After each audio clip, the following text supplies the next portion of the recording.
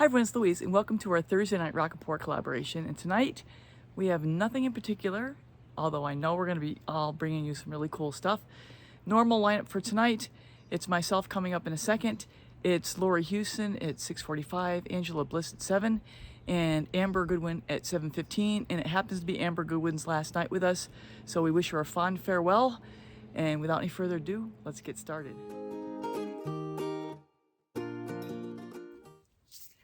Hi everyone, it's Louise with Louise DecoArt, and you won't believe what I just did.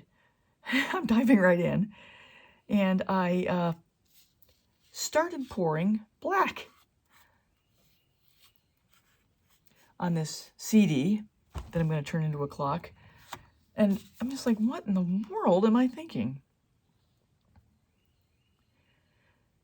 Yeah, so I just cleaned it off, and now I've got my white on there, because I'm going to use my earth tone colors, and crazy. Okay, so here's one of my colors. I'll call out the colors as I go. This, of course, is my 24 karat iridescent gold. So you can see the consistency really nicely. It's like a 2-second trace there. So I'm going to lay down my colors and we'll get going. I'm just going to do a normal bloom here. And we'll see what we get. And I want to have enough left over so I can do another Lazy Susan with this color combination. I'm just going to spread it out a little bit differently. Give a little space in between. See if it does anything different. So that was my my Titan Green by Golden Light. Titan Green Light is what it's called. I already covered this one. Yeah, the CDs and clocks do really well downtown. So I'm now on the lookout for some just fallen wood in the neighborhood, which there is a ton of because I live in the mountains and there's trees and the woods everywhere. And I'm going to start being on the hunt for nice fallen wood that would make a pretty base for a clock. I can clean it up, mineralize it with mineral spirits, and stain it if I want to, and then make a clock and attach it, and good to go. Simple little desk clock, and it's a little bit of art and a little bit of function all at the same time. And that's the cool thing about the functional art thing here. By the way, that was Nicolazzo gold, that was my iridescent pearl, and my Golden's iridescent pearl, Chantilly lace and iridescent pearl, iridescent bronze, and then this is the micaceous oxide black by Golden, which is just a cool color.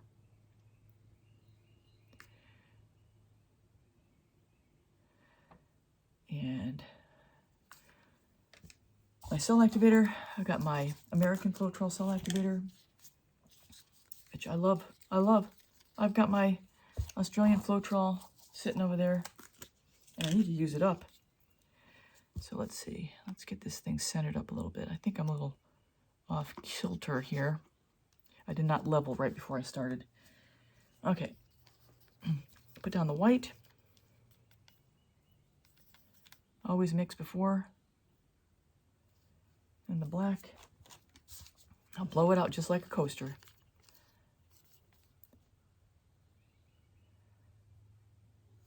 All right.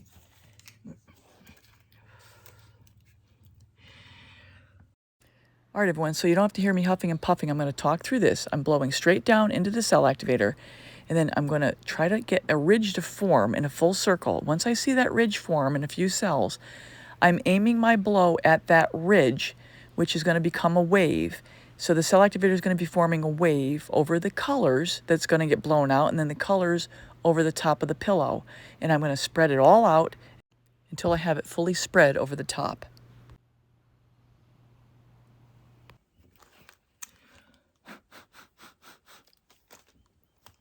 Nice. Very pretty. Now I'm just going to stretch the pillow to the sides. And then we'll give her a whirl. Now look how nicely that cell activator came back in the middle. It's always great when everything works in unison with each other. Look at this thing. Oh, let me show you where we're starting from. That's before I even spin it. I love it already. Now, I'm hoping the green will show up in the middle. Let's give her a whirl. Yep, we're not centered.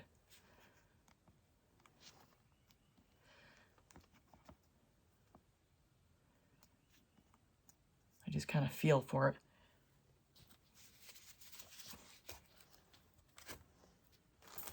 There we go.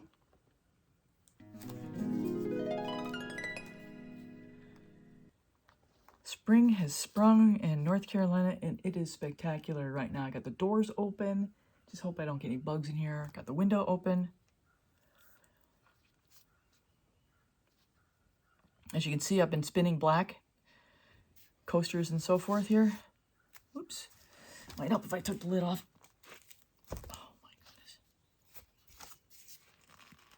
goodness. That's a challenge. It's glued together. So if you're new to the channel, I've been doing a lot more functional art lately because I have there's an art studio downtown, and there's another place downtown that I put my creations in. And it's nice to just be able to drop them off and let them sit there, and hopefully they sell. But the clocks have been hits. They've been hits. So I'm going to make more clocks, and they're fun, and honestly, they're easy. Don't tell anybody I said that. Okay, I got a bubble here. Let me get that out of here. Okay. All right. You see the green, how it's now coming into action? It's gorgeous. Oh, the Lazy Susan's going to be amazing when I get done. When I get to that, so I'm going to be doing that next. That'll be my third pour today, and I've been kind of waiting because I've got a couple things sitting over here drying, and I got to let it dry before I make more. I just don't have enough room. I mean, I don't have an empire here. I just have a couple tables, and with something that's 24 inches on it, it's kind of consumes the area, and I don't want to move it. I don't want to touch it because it's drying nicely. Okay, I want to get that off. Come on.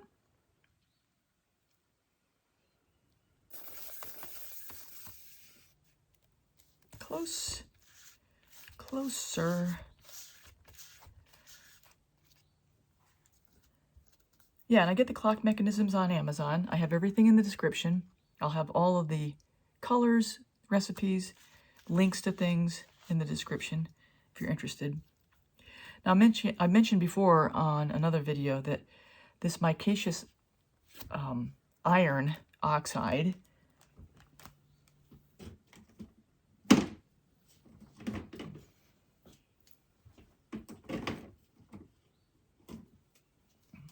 this one, it has a different feel. It makes it look a little bit chalky, but with the carbon black in there, it's just bold. But everything is a little bit dusty, which is I think it's cool. It looks like it's been dusted over, like a spray paint. And I want to use up the paint, so I'm using it. So I think we're about done here. That is really pretty. Let me give it one more.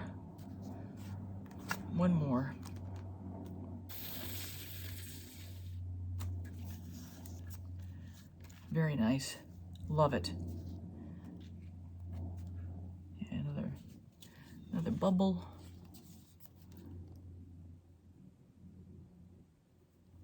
And there's green in it. But it looks like it's spray painted, which is kind of cool. I think. Maybe I'm convincing myself it's cool because I'm going to use up the paint.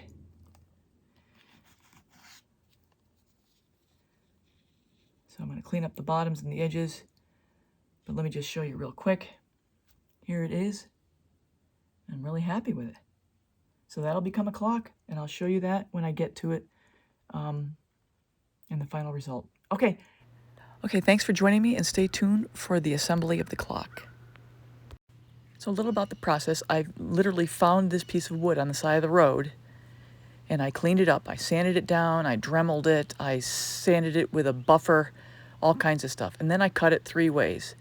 Decided to use this top part as my clock for this one.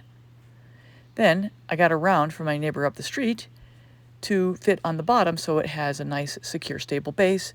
Used mineral spirits multiple times to bring the color out from the wood. Then I drilled the bottom and put a hole through it, and then put a hole into the piece itself. And here I'm just showing you, this is all you do for using mineral spirits, just to bring out the luster of the raw wood, basically. Because this, I'm not kidding, I found it on the side of the road, and I thought this looks like a good piece to work with. So you can see what the mineral spirits will do, and if you add enough coats of it, it'll make it stay more vibrant and bright. I'll probably add a few more coats before I'm all said and done here. So yeah, just get into the crevices, and this of course is after sanding the living daylights out of this thing, so I get all the rot and the bugs out of it. And then yeah, I put that little hanger on there because that's where the clock mechanism is going to be hung.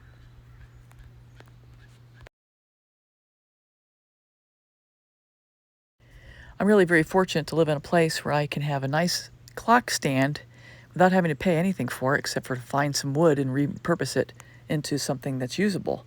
It takes a little work, but I actually enjoy working with wood. So this is like a perfect blend between fluid art and minor woodworking. So here I'm doing the same treatment in the back, and also this just shows you what the back looks like. When I found this piece of wood, it was sitting this side up. It didn't have the rot like the other side does, or did, until I sanded it all down. But you never know what you're going to find until you lift up that piece of wood, and sometimes you find magic. So here I've got it already attached to the bottom. I drilled it and secured it off camera with a hex nut. And yeah, I'm just getting into the crevices. Like I say, I'll probably do a few more coats here. And when I lift it up, I'll show you what the bottom looks like. And then I'll probably put a piece of cork on the bottom to cover it up and make it look nice and clean, to cover up that hole. So here I'm just showing you the drill bit that I used for the hex nut and how I put it in after already having a prior hole I drilled out, and it made it go in very easily. So here's the final piece in all its glory. It's running, got my ash fill on the top, it's gorgeous, and I think those look like mountains to some degree. So here it is. I hope you enjoyed the video and all of my after talking. If you haven't yet subscribed, please subscribe, hit the bell and all. You'll get all my latest art tutorials. And yeah, next we're going to go to Lori Houston Art.